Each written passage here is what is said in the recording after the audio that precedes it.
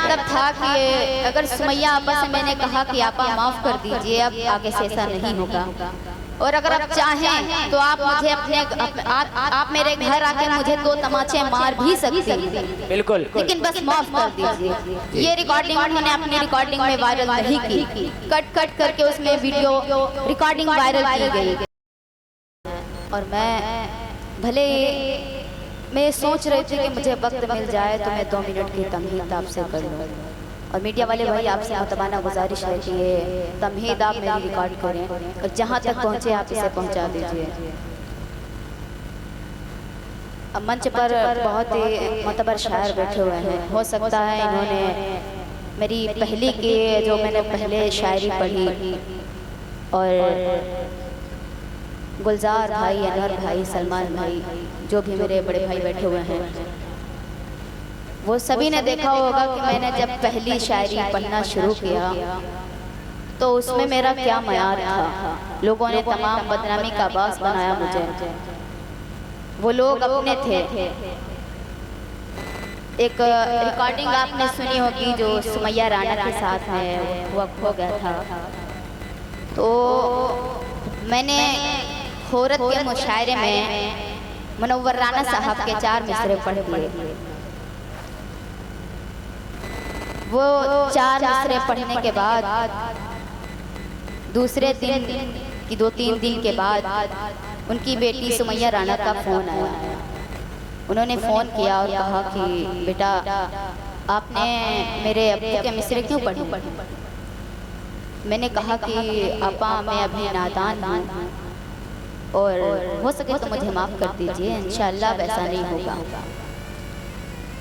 और अक्सर वो आपके प्रोग्राम में जाती हैं, उनके अब्बू नहीं है तो क्या हुआ, अक्सर उनको बुलाया जाता है। मैं देखती हूँ हर जगह नहीं, 1-2 जगह वो जाती आती रहती हैं।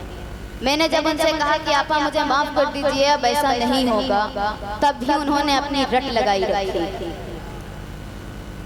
तो अनवर भाई, जब कोई इंसान छोटा हो या बड़ा अगर गलती करके माफ़ी मांग लेता है तो उसकी कोई सजा नहीं होती। बिल्कुल, शहर बहुत अच्छी बात कही, इसमें कोई शक नहीं। मेरा मतलब था गलती मान लेने वालों का रुतबा बड़ा हो जाता है। बहुत अच्छी बात कही। मेरा मतलब था कि अगर सुमैया आपा से मैंने कहा कि आपा माफ कर दीजिए, अब आगे से ऐसा नहीं होगा, और अगर आप चाहें तो आप मुझे आप मेरे घर आके मुझे 2 तमाचे मार भी सकते हैं, बिल्कुल, लेकिन बस माफ कर दीजिए। ये रिकॉर्डिंग उन्होंने अपनी रिकॉर्डिंग में वायरल नहीं की, कट करके उसमें वीडियो रिकॉर्डिंग वायरल की गई। मेरा मतलब था कि हमारे मोहम्मद रफ़ी साहब नहीं है या आपके अब्बू जान नहीं है, और मैं एक शायरा हूँ, इसलिए उन्होंने मेरी ज़बान पकड़ी थी। अगर एक शायरा ना होती, उसकी ज़बान पर ना शायर होता तो वो कुछ नहीं कर पाती।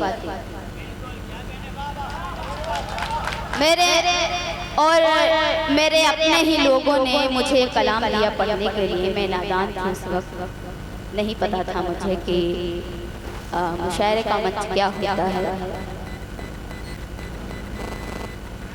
पढ़िए शहर अंजुम, आप पढ़िए माशाअल्लाह। मैं यकीन जानिए कि जब से शहर अंजुम इस मुशायरे उर्दू अदब में कदम रखी है, यकीनन मुशायरे की दुनिया को मैं अहले स्टेज पे जितने शायर शायरात मौजूद हैं, मैं इन सभी की मौजूदगी में एक बात कह सकता हूँ कि शहर अंजुम से उर्दू अदब को एक नई आवाज़ मिली है, यकीनन एक नई आवाज़ मिली है। मैंने देखा है हर मुशायरे को कामयाबी की मंजिल तक पहुंचाती हुई शहर अंजुम। मैंने शहर को देखा, ये मेरी छोटी बहन की तरह माशाअल्लाह। मेरी भी छोटी ही बहन है, और हम लोग आपस में बात करते हैं कि शहर ने कलाम क्यों पढ़ा। वाकई में हम लोगों ने बात किया है, और आपने बाज़ाब्ता यहाँ माइक पर ऐलान करके कहा कि मैंने माफ़ी मांगी है, उन्हें माफ़ कर देना चाहिए था। ये गलत है। हम शायरों को चाहिए अपना कलाम लिखें, पूरी कोशिश करें, किसी दूसरे के कलाम को न पढ़ें, अगर पढ़ें तो उसका नाम लेकर पढ़ें कि ये कलाम उनका है, इनका बड़प्पन है। मैं आज पहले बात अलग है, लेकिन अब मैं आपसे नहीं, यकीनन यकीनन मुशायरे की एक नई ज़िंदगी और नई आवाज़ मिली है और इंशाअल्लाह मुझे यकीन है कि शहर अंजुम का सफ़र यहाँ तक नहीं, इंशाअल्लाह काफ़ी दूर तक इनका सफ़र होगा। अल्लाह इनको काफ़ी उरूज तक पहुँचाएंगे इंशाअल्लाह। बस आप जैसे अच्छे सामाइन की इन्हें सपोर्ट मिलती जाइए। वैसे कोई बड़ी बात नहीं है, जब कोई इंसान अपने कामयाबी की मंजिल की तरफ बढ़ता है तो दो चार आदमी होता है उनका पैर पीछे से खींचने वाला, तो इन सभी के इग्नोर करते हुए इंशाअल्लाह शहर अंजुम कामयाबी की मंजिल को ज़रूर तय करेंगे और उर्दू अदब में एक अलग अंदाज में अपना नाम शुमार करवाएंगे इंशाअल्लाह। जोरदार तालियां बजाएं शहर अंजुम के लिए, माशाअल्लाह। बहुत शुक्रिया।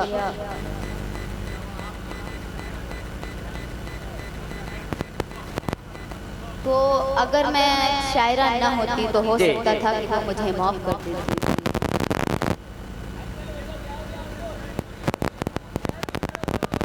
और एक बात, कुछ बीच हमारे यूपी में सूरतगंज मुशायरे में कुछ नदीम भाई से मेरी लखेड़ हो गई थी, तो उनसे मैं माफ़ी चाहती हूँ, वो कहीं भी हो।